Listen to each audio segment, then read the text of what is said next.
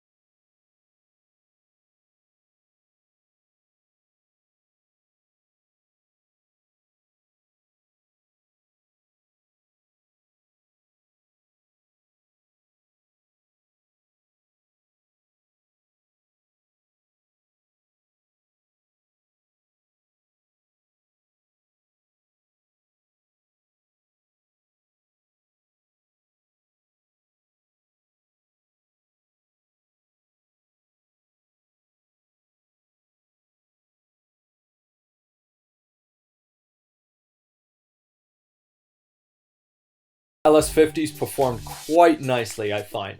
The bass response is pretty surprising out of such a small little speaker. One thing I did notice though, I think maybe it's like the aluminum drivers. They sound a little bit sharper than I'm used to. Just to add to that, the top, I really don't find that I don't think it's really like bright, but definitely I think because the response is really quick and the way it expels energy, it does sound a lot, I would say, like sharper in terms of sound. But overall, the mid-range bass, the quality of the whole balance of the speaker is really well done. The soundstage and the imaging, I think, is excellent. There's a lot of depth perception. You can also notice there's not much kind of phasing issues between the driver itself. See, it's overall, it's a really good sounding speaker.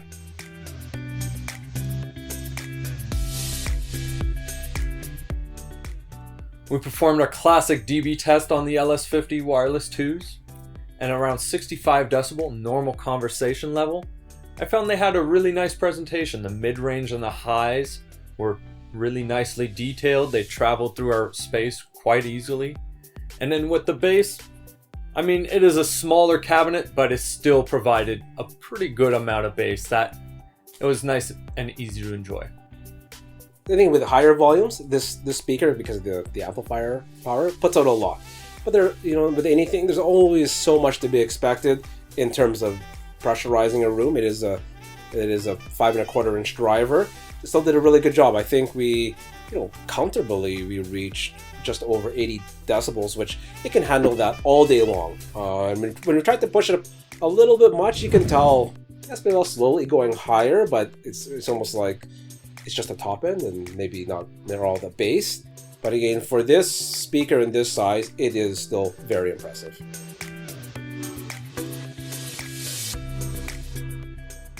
We listened to a wide variety of music on the KEF LS50 Wireless 2s, and two songs that stood out quite a bit. Selci, which is actually like a pretty electronic pop type genre of music. She's also a local artist, which is pretty interesting. The song we listened to was We Could Be Together.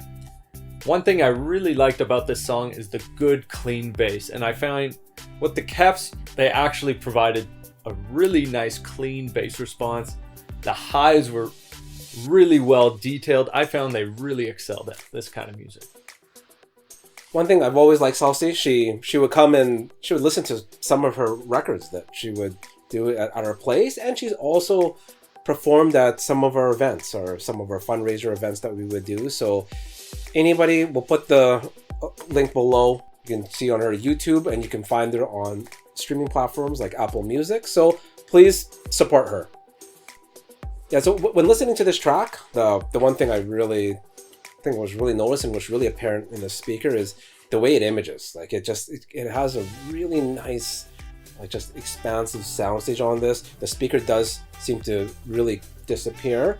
And what was really unique is when she's recording this, you can tell she's dead center in the middle, where a lot of times that's how they're gonna mix it. But behind, she pans some of her voice, or what you would feel maybe some of backup vocals. It is very faint, and it just sounds like almost like a very faint backup singers behind you. But in this speaker, although it was really faint, it really was able to bring that depth into the music. I think this LS50 did an excellent job. The second song we listened to, Oscar Peterson, a Canadian classic, C-Jam Blues.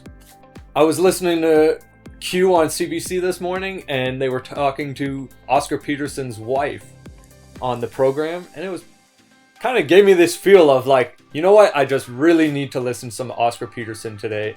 I'm really in the Oscar Peterson mood.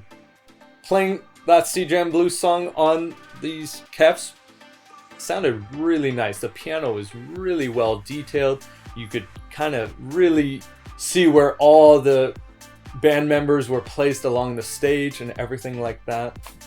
The one thing I did notice, when the drummer is playing the drums, hit the ride cymbal, and it sounded like a really, really thin ride cymbal. It was a little bit piercing to the ear, but it was pretty good. On this, listening to that track is just the cymbals and the drums on there. it does sound a lot sharper. And what I mean is, I don't think it's bright, but I think it's just because it just has such fast transient response. I think that's probably due to it. And the one thing is, though, in the song itself, what was neat is they recorded it quite different. You've got, it's almost like you got the drum kit like right in the front on the right hand side, and then the piano kind of deep in the left, which is kind of an unusual setup. Now, the one thing that the speaker did was place everything and get that feeling how they wanted it mixed in the studio.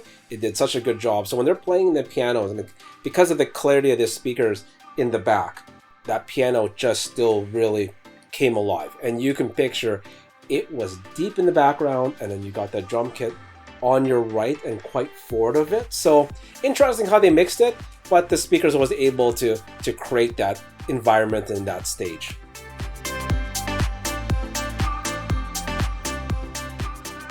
When it came to our measurements, the KEF LS50s actually measured quite nicely compared to our reference speaker, which is the PMCs.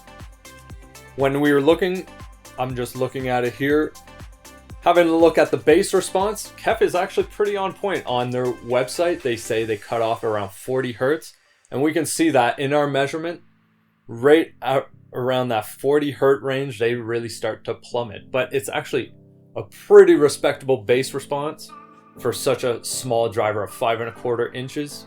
Such a small cabinet too. I was pretty amazed. When they're looking at this in the comparison on our PMCs, you will see that there's some nulls and there's some room modes in there. Just so you know, that's mainly room modes. But it actually shows you how linear they wanted to create this speaker, because the PMC speakers are quite linear.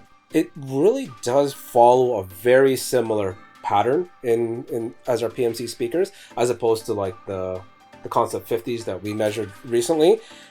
One of the things I do notice is that on the tweeter, it definitely does, I think KEF did this on purpose too, is they purposely, it rolls off a little bit on the top end. But I think this is due to a lot of times when these PMCs were designed, they were designed to be in a more controlled room. In here, when you think about the KEFs, sometimes by rolling off on that brightness, it's if you're a lot of times if you're putting these wireless speakers in an office system or in a living room, it's going to be a lot more heightened. And I think that's why we've seen that kind of trend, the Concept 50 that we did. It does, because it's so quick, it does sound, you have brought up that it does sound sharp, but yes, looking out here, it's not a bright speaker. No, yeah. Especially on paper. But I think it's because it's speed and the way it just portrays some of that energy in that aluminum tweeter. It gives a sense where it can sound maybe a little brightish, but if you look at it, it's really not. It's just all perception. I'm actually really happy we're doing these measurements, because I guess there's a bit of an illusion act with these speakers, because when we were listening to them, we were like, oh, they sound pretty sharp. They sound a little bit bright. And then we measured them, and turns out our PMCs actually measure a little bit higher than the KEFs. And that's why a lot of times the way the sound and perception can be quite different. And that's why being able to see what it is objectively and what we feel subjectively sometimes tells two different stories. So I'm glad we have added this to our reviews now.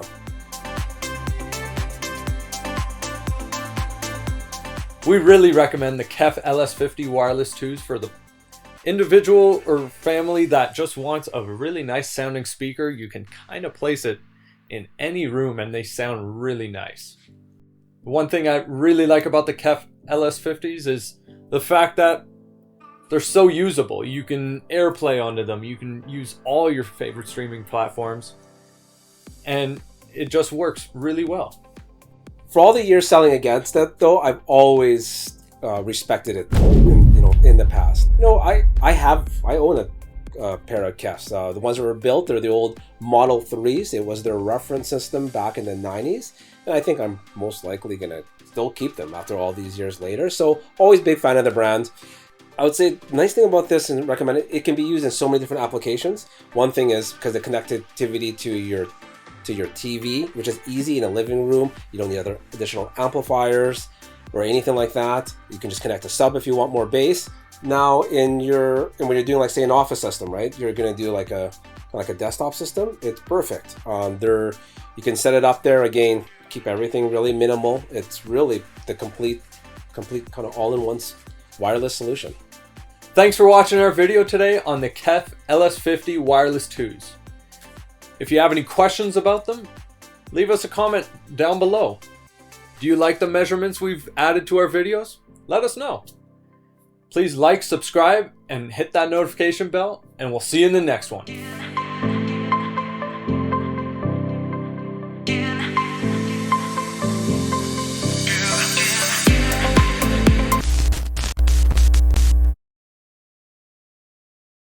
Featuring a 5¼ inch aluminum cone bass driver and a 1-inch aluminum tweeter. Pretty interesting speaker. It's over. The review's over done. already. Yeah. Oh my god. Saying the power before the size of the drivers is screwing me up. Okay. Oh yeah, that would screw you up. Because usually I say it. Okay. Come on now.